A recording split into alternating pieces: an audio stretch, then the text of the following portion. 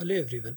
In this episode, we will discuss Power BI Matrix Visual new features released in May 2024.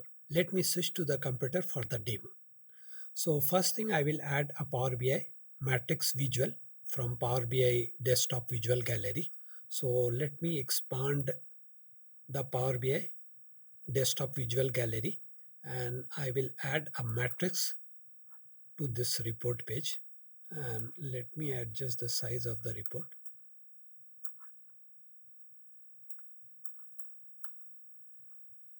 And now from data level, I will add business segment as a row, category as a row, and I can add a model also or color.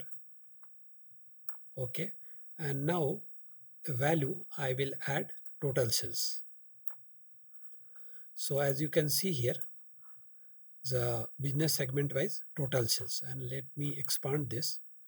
So now still we can see the business segment and the category. Now we'll see the option, what new options are available for May 2024 released.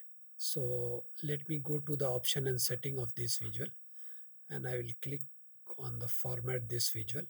And here you can see the new option, layout and style. So if you expand this, the style is the existing option and the layout is the new one. And in the layout, you can see the three options, compact, outline and tabular. So let me select a tabular one. So in the tabular one, you can see that your total of after each category, you can see the total here at the end of the category. And now if you can see at the end, the total of all the categories. Okay. Now let me select outline. So once I will select outline, you can see the total on the top and you can see at the starting of the each category, total of the each category. Here you can see this is the total for accessories, this is the total for bike. Now if I will select a compact, you can see only two columns. So that is the business segment and total sales. Okay, now let me go back to outline or a tabular model. Outline is better. Now here you can see one more option, the repeat row headers.